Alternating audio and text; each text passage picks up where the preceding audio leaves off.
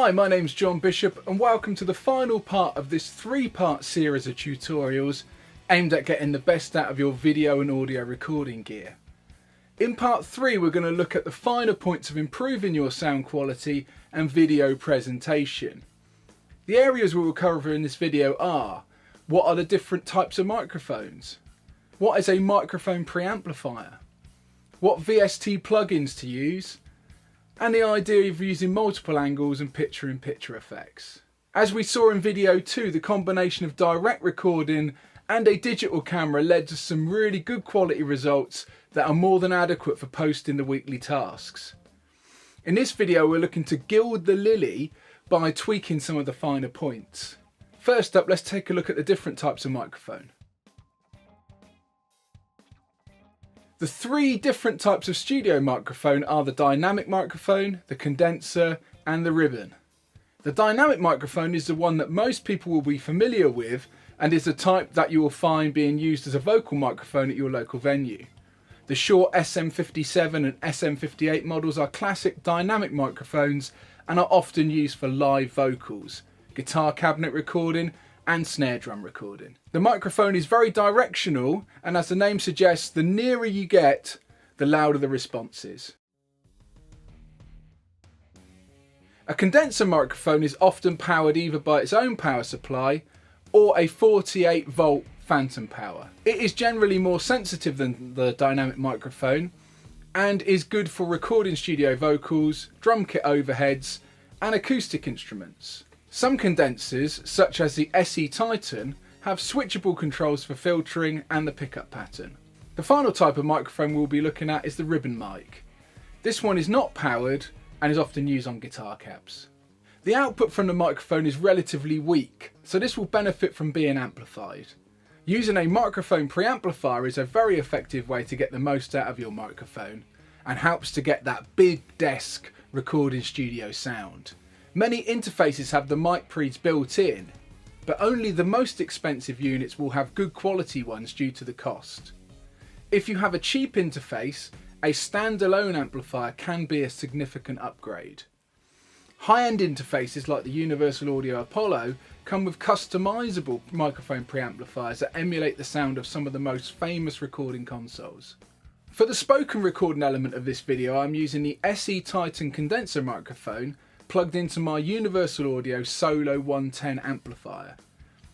This gives a smooth, detailed sound and is far more preferable to the microphone signal from the digital camera.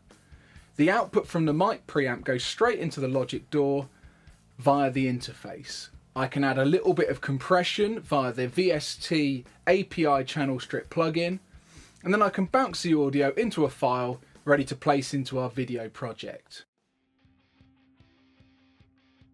Obviously, playing through your favourite guitar amp is the most preferable way to perform, and guitar players love the feel and sound of a real amp.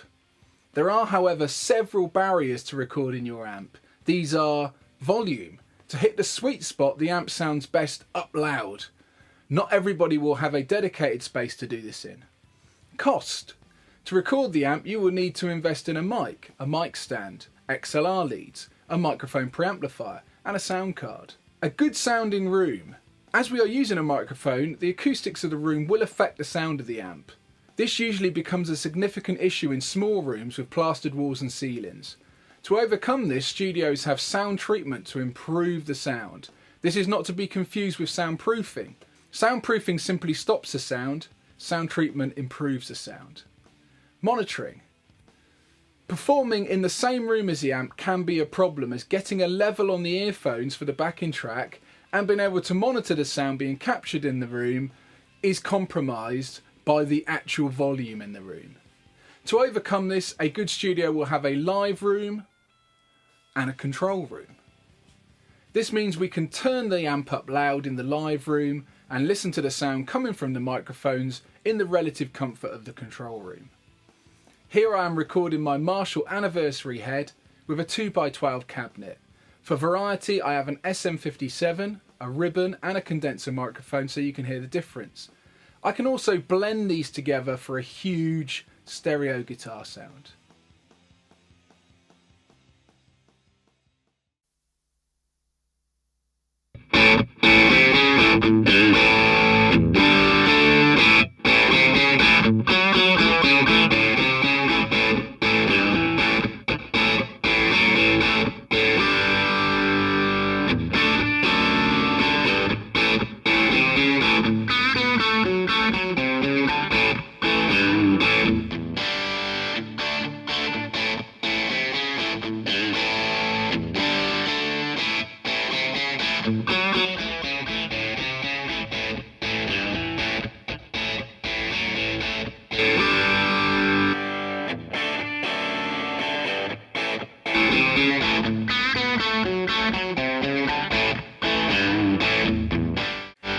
covered in video 2, the direct recording route is very popular. One can get really good results from the VST plug-in amps, and you save on having to buy all the associated gear. Standalone processors such as the Axe-Fx or Kemper are popular and can also be used with a floor controller for live applications. These also often have a built-in USB output which negates the need for a dedicated sound card. However, a well recorded amp is still superior in feel and sound. We can get close with emulations, but it will never beat the real thing. We can improve the presentation of our videos by including multiple angle shots and picture-in-picture action. Here is a really good student video that uses many different techniques to create a very, very effective presentation.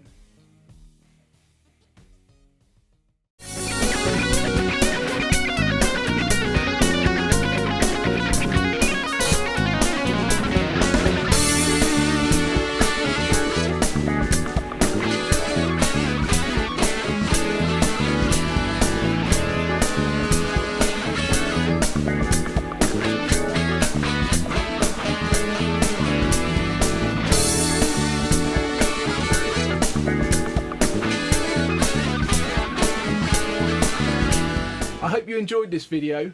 Be sure to check out my Dime Masterclass on Guitar Tone, which is focused on pedals, amps and pickups, and which ones to use for various stylistic applications. If you have any questions, please feel free to get in contact. See you next time and stay tuned for the bonus footage.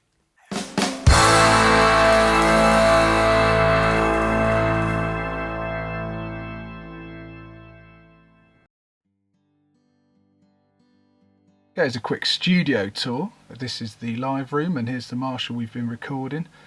There is a live box that the microphones go into the main studio from. There is the window that goes through into the control room. And as we pan around you can see the various sound treatments. Here is a Skyline diffuser. All of the walls are cloth and behind there is rock wool, so none of the walls actually reflect any sound. We've got an oak floor, and the amp is stood on a insulated riser with acoustic foam underneath, as you can see. And the microphones are stood on the main floor just so that no vibrations can go up the microphones from the amplifier. Okay, so here's the live room, and we've been recording in here. We've got the lighting just to get the best out of the video. There's a drum kit just at the side there. There's our Vox practice amp. And we've got all of the guitars in the guitar stand neatly stashed, and also the SE Titan microphone that I've been using to record the vocals. As you can see, the window goes through into the live room.